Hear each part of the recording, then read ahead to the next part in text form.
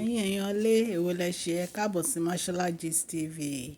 Dr. Elizabeth Ọpẹ́olúwa Ògúnwùsì wọ́n ṣe Ghana night èyí tó jẹ́ pé wọ́n represent kábíyèsí àti palace láti lọ ṣe ojúṣe wọn ní gala night.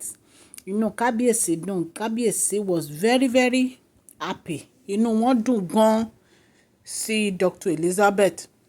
Èyí náà mọ̀ pé Dr. Elizabeth wọ́n gbé dání gan ni.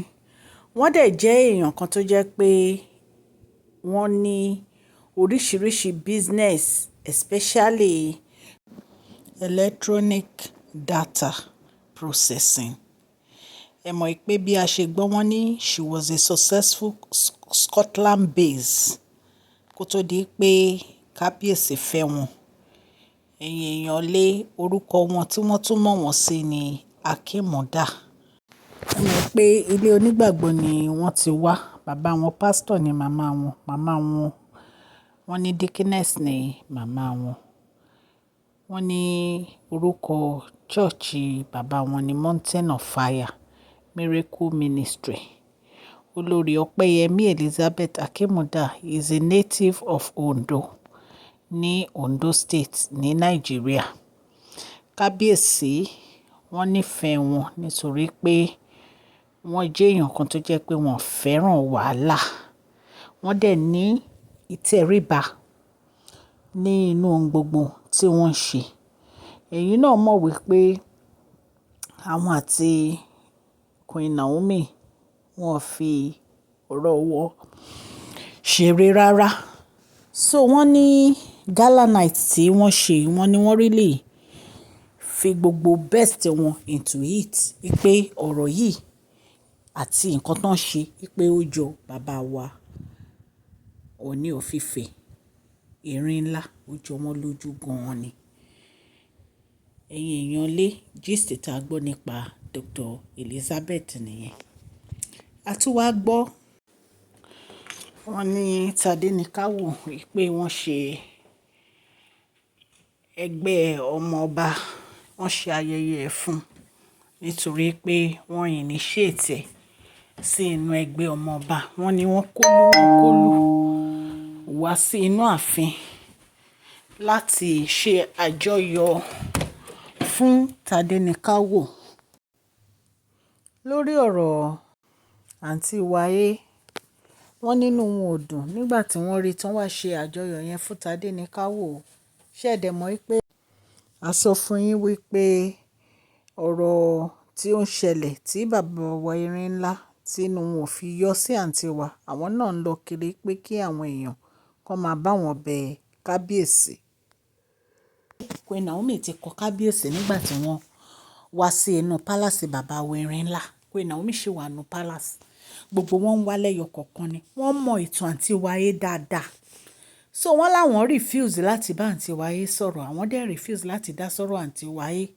Wípé nítorí ìwà tí wọ́n wù sí Queen Naomi kì í ṣe ìwà tó dáa rárá.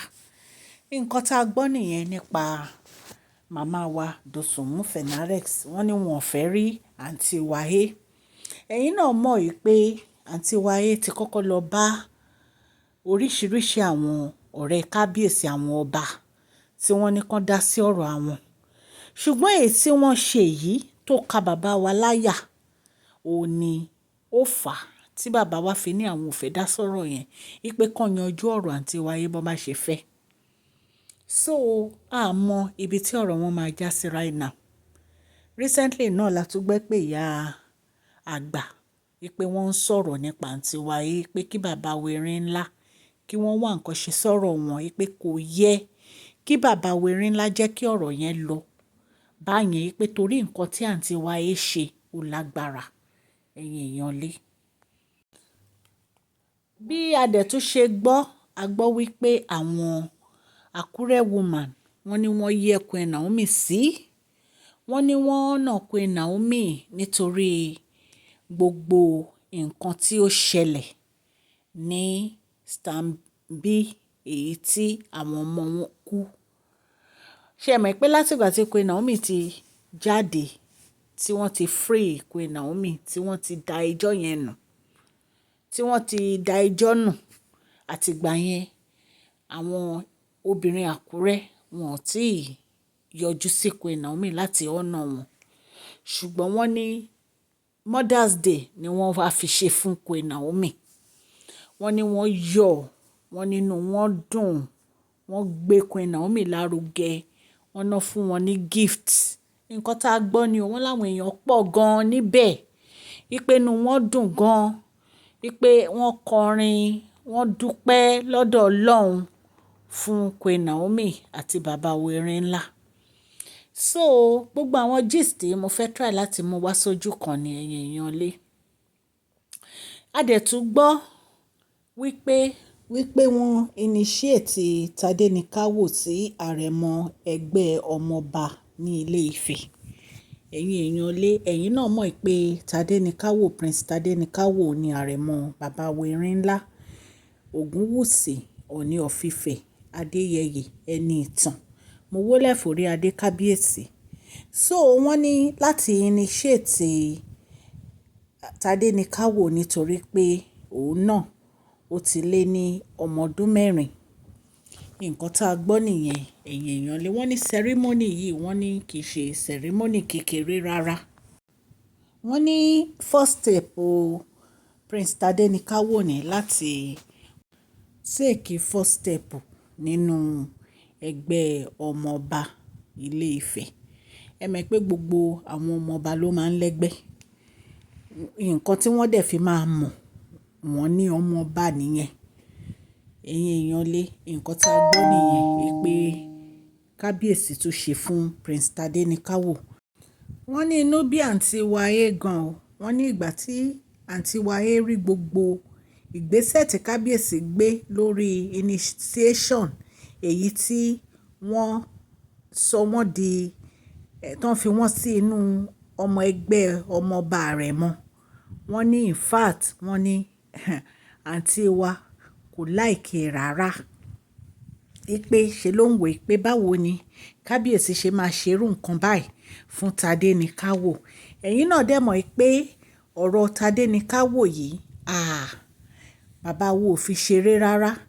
Ṣé ẹ dẹ̀ mọ̀ pé gbogbo àwọn nǹkan tí àǹtí wa ti ṣe ní inú ààfin yẹn, ẹsẹ̀ ń mì báyìí ni, ẹsẹ̀ ń gbọ̀n báyìí. Ẹsẹ̀ àǹtí wa ń gbọ̀n báyìí ni nítorí wípé wọ́n ti sọ wípé gbogbo iṣẹ́ ibi tí gbogbo wọn ṣe, wọ́n máa jìyà ẹ̀ṣẹ̀. Wọ́n ní ẹlẹ́ṣẹ̀ kan kò lè lọ láì jìyà. Nítorí pé nǹkan tí a gbọ́ ni pé ṣe ni wọ́n ń bá àwọn babaláwo tí kábíyèsí tí wọ́n ti lé ní ààfin wọn. Wọ́n ní wọ́n lọ ń bá wọn fọwọ́sowọ́pọ̀ láti máa ṣe àwọn iṣẹ́ ibi tí wọ́n ń ṣe nínú pálásì bàbá Erin ńlá. Nǹkan tí a gbọ́ nìyẹn, bọ̀ wọ́n nínú ohun òdùn. Wọ́n ní bó ṣe rí pé àwọn ẹgbẹ́ ọmọọba wọ́n wá láti support Tadenikawo láti fi sí inú ẹgbẹ́ yìí. Wọ́n ní inú àǹtí wo òdùn o. Ẹ mọ̀ pé kò tiẹ̀ fẹ́ nǹkan kan tó jẹ́ pé kábíyèsí fi máa ṣe nǹkan kan fún Tadenikawo àti Queen Naomi. Tó bá ti gbọ́ ọ̀rọ̀ wọn báyìí, ẹ̀fọ́rí ló máa ń jẹ́ fún un. Pẹ̀lú gbogbo bó ṣe sọ pé òun bẹ̀bẹ̀, òun ò ní dé ọ̀dọ̀ Queen Naomi mọ́. Nǹkan tó bá jọmọ́ Queen Naomi òun ò ní dá sí mọ́. Ẹ wò, àǹtí wa sì ń ṣe bẹ̀bẹ̀ o nínú pálásì yẹn ẹ̀yin èèyàn lé. Torí nǹkan tá a gbọ́ ni pé ṣe ni wọ́n lọ bèèrè pé ṣé ọmọ wọn Adé, ṣé òun náà, ṣé wọ́n ní ṣe ẹgbẹ́ ọmọọba fún ni. Ẹgbẹ́ ọmọọba àrẹ̀mọ fún ọmọ ọdún mélòó ẹ̀yin èèyàn lé. Ọmọ ọdún mélòó ni Adé tó ti ń sọ̀rọ̀ ẹ pé ṣé kò ní join ẹgbẹ́ ọmọọba àrẹ̀mọ. Ẹ rí pé nǹkan ń ṣẹlẹ̀ ní pálásì bàbá Erin ńlá. Ẹ̀yin èèyàn lé, wọ́n ní gbogbo àwọn tó wà ńbẹ̀ tí wọ́n wá jọ ṣe àjọyọ̀ torí wọ́n lùlù, wọ́n kọrin, wọ́n jó, wọ́n yọ̀, wọ́n initiate Tadenikawo, wọ́n fi ìlẹ̀kẹ̀ sí lọ́rùn àtọwọ́. Ẹ̀yin èèyàn lé, wọ́n ní gbogbo yẹn ìwúrí ló mú wá fún kábíyèsí. Wọ́n nígbà tó sọ̀rọ̀ yìí, wọ́n ní gbogbo wọn gbójú sókè ní pé kí ló wí. Àǹtí wo lè wait kọ́mọ ẹ̀ dé stage Tadenikawo yẹn. Ó máa ní sùúrù ni. ẹni tá a bá ti pè lórí orí ló máa jẹ́. Kò sí bó o ṣe lè ṣe ọmọ ẹ̀ ò lè tó Tadenikawo láìláì lójú orí. Ẹ̀yin èèyàn, nǹkan tá a gbọ́ nìyẹn sí àǹtí wa. So ẹ̀yin èèyàn lé nǹkan tá a gbọ́ nìyẹn o, ṣùgbọ́n a tún gbọ́ pé àǹtí wa tó lọ bẹ Queen Naomi wípé ṣé àwọn máa ṣe gbọ́n mi sí omi òtó ni nínú pálásì bàbá Erin ńlá, wípé ṣe bí òun ti ní kó dáríjì òun. Wọ́n ní ìgbà tó lọ bẹ̀ wọ́n yìí, wọ́n ní lẹ́yìn ìgbà tí wọ́n initiate Tadenikawo sí ẹgbẹ́ ọmọ ọba rẹ̀ mọ́, wọ́n ló lọ bẹ Queen Naomi. Ẹ̀yin èèyàn lé mi ì mọ nǹkan tó dé tàǹtí wà yìí tí kò lè fi Queen Naomi lọ́rùn sílẹ̀ honestly. Èèyàn lòun ò bẹ́ẹ̀ ṣe wá dẹ̀ fi sílẹ̀ wá jẹ́ kó máa ṣe tiẹ̀. Ṣé dandan lèèyàn fi ń báyàn ṣe ni? Ẹ ti di ìyálé àti ìyàwó, ẹ ti di òru àti ọjọ́. Bó ṣe wà nìyẹn. Ibo lo ti rí ìyálé àti ìyàwó tó ń ṣọ̀rẹ́? Níbo lo ti rí ìyálé àti ìyàwó tó ń ṣọ̀rẹ́? Àwọn èèyàn máa ń sọ wípé ìyálé àti ìyàwó mi wọ́n máa ń wọṣọ kan náà. Wọ́n lè jọ wọṣọ kan náà nà. Wọ́n lè jọ wọṣọ kan náà. Bọ̀kan á máa ṣọ̀rẹ́. Nǹkan míì máa ṣẹlẹ̀ tí ìyálé àti ìyàwó bá ń ṣọ̀rẹ́. So nǹkan tí ò yé mi lọ́rọ̀ àǹtí wa ni pé every time wọ́n máa fẹ́ pé olóńbẹ Queen Naomi, olóńbẹ Queen Naomi, olóńbẹ Queen Naomi fún kíni? Kí ló lóńbẹ Queen Naomi fún? Gbogbo ìgbà tí Queen Naomi fi inú kan trust ẹ tó jẹ́ pé wọ́n gbé ogbara wọn lé ẹ, ṣé bó dà wọ́n ni? So why tí wọ́n máa tó wá ní àwọn ti gbọ́, àwọn á máa bẹ́ẹ̀ ṣe wọlé, àwọn á máa bẹ́ẹ̀ jáde, kò sí nǹkan tó jọ bẹ́ẹ̀. So stay on your lane kó fi Queen Naomi sílẹ̀ kó jẹ́ kó enjoy life wọn. Ẹ̀yin èèyàn lé. So àwọn gist tá a gbọ́ ni mo kó sójú kan fún yín nítorí mi ìráyè láti máa ṣe gist mẹ́wàá. Mi ìráyè láti ṣe mẹ́rin gan. I have a lot I'm doing. Ẹ̀yin èèyàn lé, lágbára Ọlọ́run tó bá ti di weekend màá bá yín ṣe gist dáadáa. Ẹ má bínú sí mi ò, iṣẹ́ ló pọ̀. Ọlọ́run Elédùmarè ọba láàánú á wà pẹ̀lú gbogbo yín bí a ṣe máa ń sọ allegedly ní gbogbo àwọn gist yìí.